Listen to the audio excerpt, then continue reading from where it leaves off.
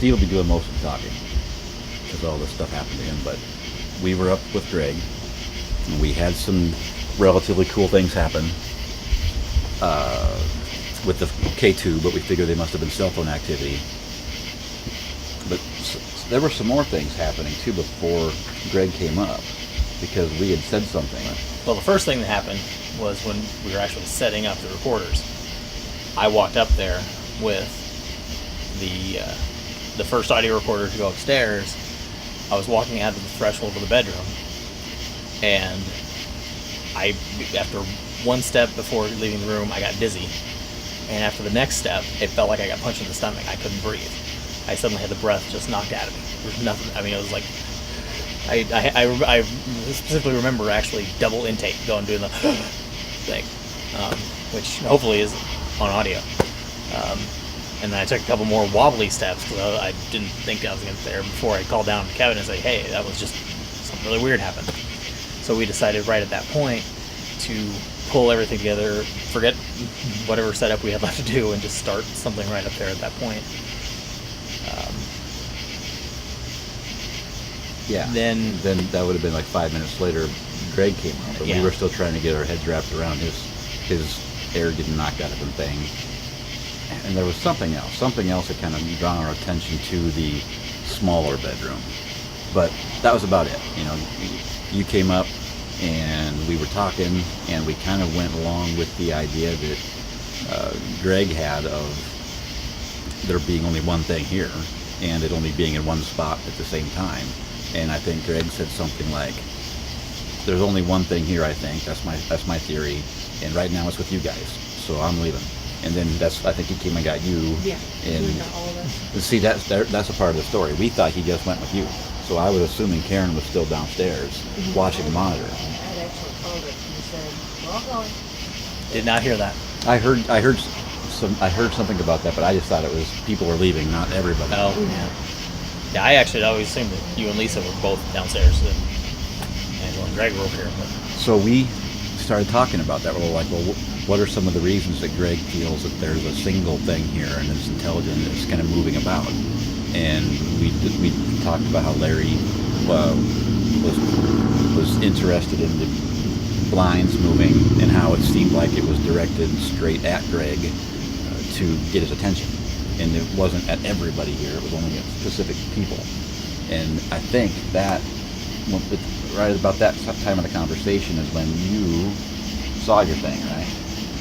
it was pretty close. We were asking some questions along those lines. And I know one of the things I asked was very specifically if whatever was here was trying to chase people away, if it wanted to get people out of the house. And right then, I'm sitting on the futon in the sitting room with the peacock room. And I had been pretty much the whole time taking quick stares into the big bedroom. And I look over, and right about the exact same spot where I'd lost my breath, I saw the sort of amorphous, shimmering, white, misty polygon. And I mean, it was longer on both these ends and shorter on these ends, but it kind of had like that. But it was right about this level. There's nothing below it, nothing above it, and it didn't just go away. I actually had time to register it was there and then actually see it before it disappeared. And I say it, and Kevin immediately gets up with a fleer, which is exactly right. And he says, it's probably funny on audio. He says, "Well, I'm going to get up there and look at it." I said, "Yes, you should." And then it felt colder in there. Very cold in there, but that was probably because it was colder in there. The air conditioning's on, the fan's on, but I mean, it felt like you're walking into a 20-degree differential. But there was no hits on the flare. I looked over the entire place. There was nothing even closely differential in the temperature. And I wandered around in there for quite a while and came back in. You explained it, what you saw to me, because it's not an easy thing to explain what he saw, so we were still trying to get our head wrapped around that. That's when we started hearing clicking noises or something of interest from the little room. Yeah, clicking doesn't quite do it justice, because it wasn't really a click, but that's I walked the only real over way there to describe it. and was telling him again about the threshold of the little room up the stairs where Greg and I were getting the chilly spots the other day. And that's when Steve got up, and somewhere in there is when I heard rustling from downstairs, and I'm like, well, that's got to be Karen or whoever's left, down there.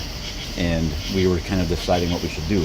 The rustling downstairs was most likely me coming in for batteries in the room. I don't know. We were downstairs pretty quick after that. Did you hear us holler Karen? No. Yeah, there was we hollered Karen. Actually, this would have been. Actually, no, it doesn't do the timeline. I came in. Yeah, Probably within 5 minutes of us leaving. We can hear the door opening and closing. We can hear honestly, that must have been when we were over here when you did that, because we didn't hear the door close. Okay. So I heard something downstairs that drew my attention to it. Made me think it must be Karen. I kind of put one or two steps down, and then I heard like two things at the same time. I hear what felt like the floorboards were in the Peacock room squeak, like somebody had shifted the weight onto them and they squeaked, and then another click from down the stairs. And then I hollered Karen again a couple of times. Well, fuck, we just need to go down there and find out who's down there. And Steve stayed up, and there was nobody down there, obviously. And then we decided the batteries were dying in the millimeter and the K2 anyway, so we took a break, came back over to the Scarlet over here, and went back up again about, 15 minutes? Yeah. Maybe 15 minutes. And then the second time... I had the dowsing rods. Yeah. And I just made a couple of circuits around the entire place. No hits in the dowsing rods. But I was in the bathroom, and I was telling Steve, I'm getting chills. I could feel them up the back of my arm and around the back of my shoulders, and that never happens. And either my stomach growled without me feeling it, which is rare, or I heard something say, Joe. And I'm pretty sure it wasn't my stomach growling. What was it? Joe. Joe. Yeah, and that would have been coming from right... I was walking into the little room, and it would have been right between the two sinks. There's two sinks in that vanity. It would have been coming from the general vicinity of right between them both. And it wasn't coming from within me. It was coming from behind me. But it sort of sounded like a mumble, like your stomach does when it's growling. But possible that was my stomach growling, but I didn't feel it, and it sounded like it came from back there somewhere. So we started asking some questions about Joseph to see if that was a lead-in to anything, and we started asking questions about the year 1612 to see if that had anything to do with anything, and then things just kind of faded out from there. Well, then we decided, because we thought maybe it was trying to lead us around, and the noises downstairs made us think it was leading us downstairs earlier, trying to get us out. We decided to set our mobile recorder down in the one room that doesn't have one already, and start together in the same spot in the bathroom and walk the other way. And if it was something that was trying to get away from us, where's it going to go? So we did that once, and really nothing. And then we did it one more time, and nothing. So we were suspecting, if the theory that there is only one entity in this entire row... For now. Well, maybe. Then when it disappeared there, that might be when the events in Lily started. I don't know if that times out well, though. We started this whole thing with that conversation about one entity of intelligence. So when things stopped, we're like, well, if that's the case, then where did it go? That's when we buzzed you guys. And you were already out here by then. But things had really slowed down for at least 5 to 10 minutes before. Right, nothing. When we decided to do the walk, it was already 3 or 4 Joe was minutes the last at least. thing, Yeah, right.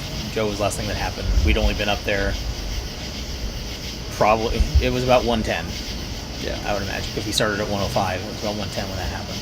I think the timeline kind of fits. And again, it's really close. It's within 5-10 minutes. So we know that. And how long does it take for something to... She said that she had been feeling something a little bit before that as well. So yeah, unless you guys were looking at your clock on your computer or something, unless they glanced at their phone or the computer, you wouldn't know exactly what time it was. You could lose 5 or 6 minutes pretty easy.